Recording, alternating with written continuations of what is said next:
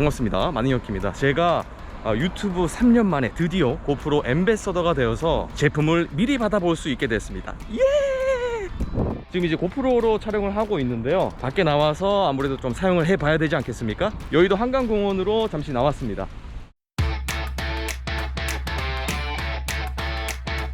네, 굉장히 여유롭습니다.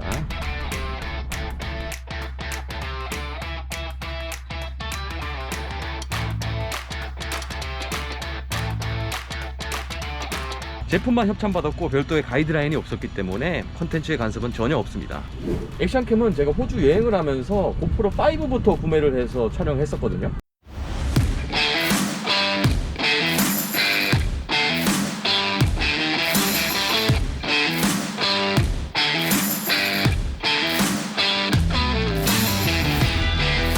그 뒤로 출시가 될 때마다 구매를 해서 계속해서 사용해 왔습니다. 매번 엄청난 발전이 있었는데 이번 고프로는 벌써 10번째 에디션이죠. 기대가 많이 됩니다. 오늘은 어떤 것들이 업그레이드 됐는지 위주로 알아봅시다.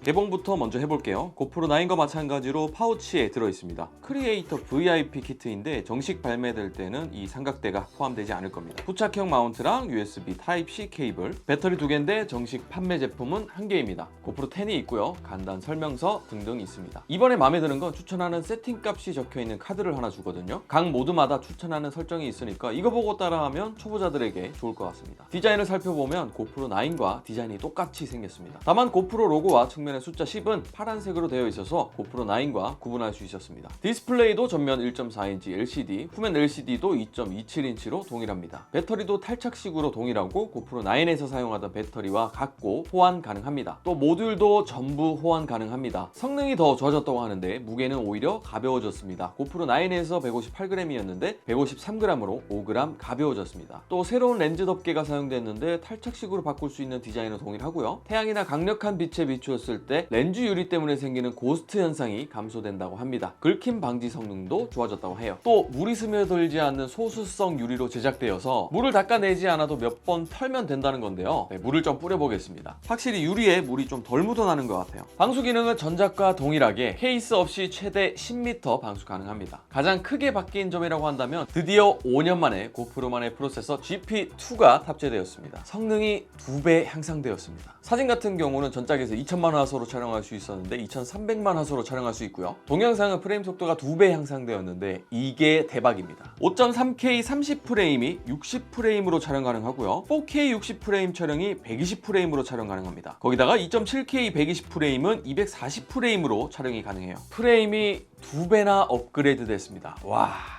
4K 120프레임은 기존 프리미엄 미러리스 카메라에도 탑재되지 않던 옵션인데 액션캠에서 4K 120프레임 지원 엄청나죠. 거기다가 2.7K로 240프레임까지 촬영할 수 있으니까 나중에 촬영 후에 슬로우 모션으로의 변화는 압도적일 것 같습니다. GP2 프로세서로 인해서 카메라 켜지는 것도 그렇고 디스플레이 터치가 정말 많이 향상됐습니다. 이게 훨씬 잘 눌리거든요. 동영상으로의 전환 속도도 고프로 10이 빠르고요. 이렇게 고프로 9은 터치 디스플레이가 민감하지 못하단 말이죠. 이번에 개선이 많이 됐습니다. 설정창과 스크롤을 이용해보면 확실히 화면도 끊기지 않고 부드럽습니다. 전면 카메라의 프레임도 훨씬 부드러워졌습니다. 동영상 안정화도 하이퍼 스무스 3.0에서 4.0으로 업그레이드 됐습니다. 이거는 제가 좀 띄워봤어요.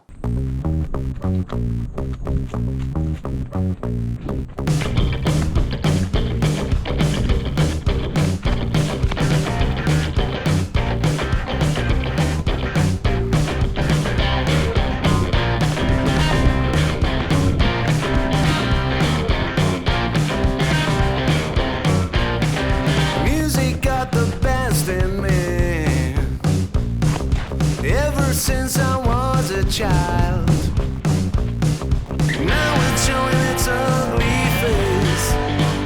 거기다가 리니어 플러스 수평 조절 설정이 업그레이드 되었습니다. 기울기의 한계가 27도에서 45도로 높아졌습니다. 이게 무슨 말이냐? 고프로가 좌우로 27도 기울기로 흔들릴 때 영상이 흔들리지 않도록 수평 조절을 해주는데 이게 좌우로 더 많이 흔들려도 수평 조절을 해준다는 거죠. 그래서 하이퍼 스무스의 성능이 훨씬 좋아졌다는 겁니다. What can I do? What can I do?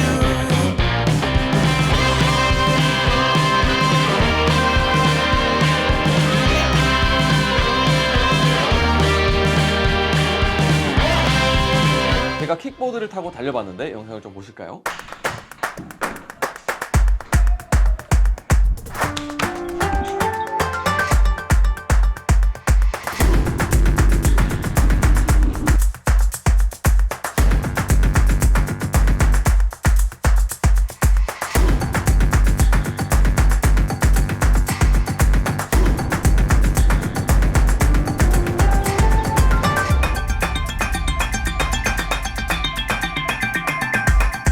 자, 그리고 RC카에 장착해서 촬영해봤습니다.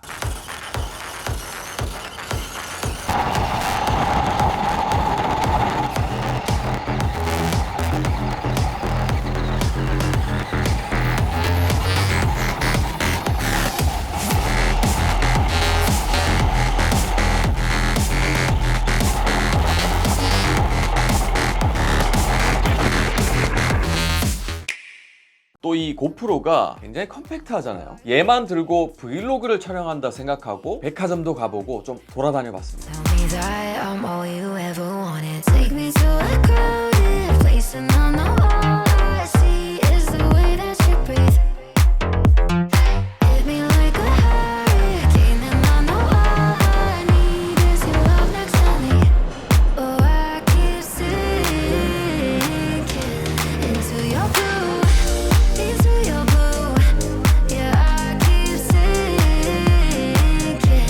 into your blue, into your blue, right into you.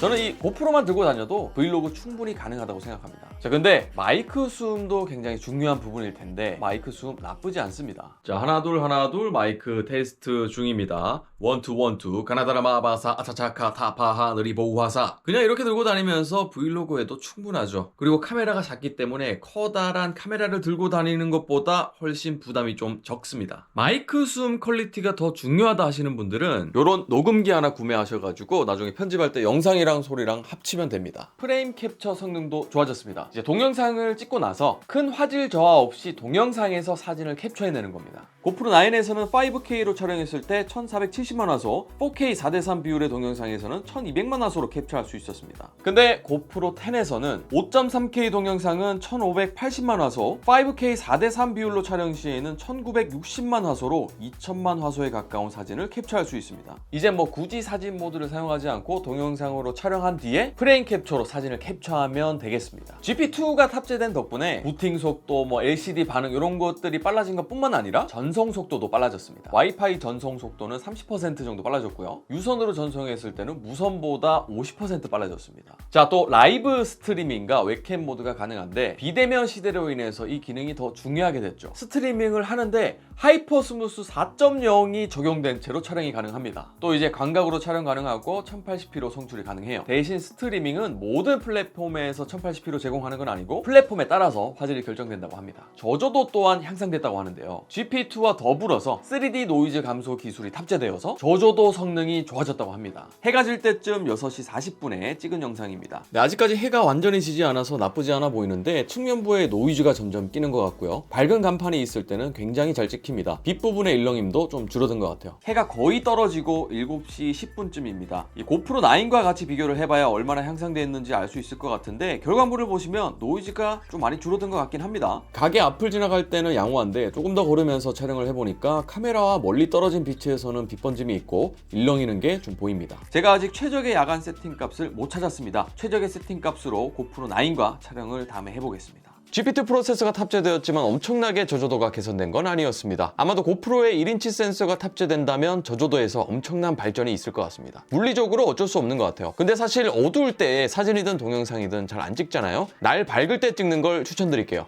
제가 사용해본 제품은 정식 출시하기 전에 테스트 제품으로 완벽하진 않습니다. 한 가지 이슈가 있었는데요. 촬영 시간과 발열입니다. 촬영을 하게 되면 발열이 생기기 마련인데요. 프레임이 높다 보니까 발열이 많이 생기더라고요. 5.3K 60프레임으로 촬영을 했을 줬을 때 18분 만에 카메라가 꺼지더라고요. 18분 촬영 동안 배터리는 40% 소모됐습니다. 이 열화상 카메라로 측정을 해보니까 54도까지 올라갔습니다. 네, 4K 60프레임으로도 촬영을 해봤는데요. 19분 촬영했는데 꺼졌고 배터리는 64%가 남았습니다. 마찬가지 카메라 온도가 54도 정도가 됐을 때 꺼졌고요. 2.7K 60프레임으로 또 테스트를 해봤는데요. 22분 30초 만에 발열로 인해서 카메라가 꺼졌습니다. 이 발열로 인한 촬영 시간 제한은 아마 업데이트를 통해서 수정하고 안정화를 시킬 것 같습니다. 좀만 더 기다려보도록 하죠. 한 가지 더 아쉬운 거는 프리뷰 모드입니다. 고프로 8에서는 앱과 연결하며 휴대폰 화면을 보면서 촬영을 할 수 있었거든요. 근데 고프로 9부터는 이게 지원이 되지 않습니다. GP2 프로세서가 탑재되면서 촬영하면서 프리뷰가 되기를 기대했는데 이 부분은 업데이트를 좀 기대해봐도 되지 않을까 싶은데 휴대폰으로 미리 보기 하면서 촬영할 필요 없다 하시는 분들은 상관없을 것 같아요. 고프로 펌웨어 업데이트가 곧 이루어질 예정입니다. 업데이트 후에 프레임을 다음과 같이 설정해서 사용할 수 있습니다.